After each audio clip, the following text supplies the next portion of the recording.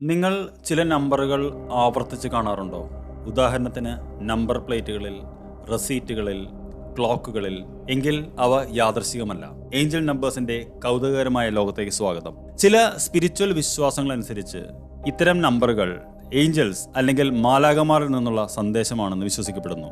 ഇത് നമ്മുടെ guardian Angeles നമ്മെ നയിക്കുന്നതിനും ആശ്വസിപ്പിക്കുന്നതിനും മുന്നോട്ട് നയിക്കുന്നതിനും ശ്രമിക്കുന്നു എന്നാണ് വിശ്വാസം.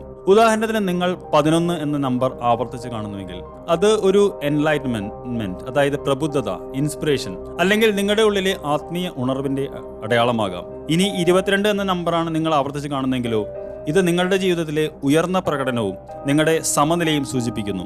ഓർക്കുക, ഓരോ വ്യക്തിക്കും വ്യാഖ്യാനം വ്യത്യസ്തമാണ്. ഇനി അടുത്ത തവണ തുടർച്ചയായി ഒരേ നമ്പർ കാണുമ്പോൾ മനസ്സിനെ ട്യൂൺ ചെയ്യുക.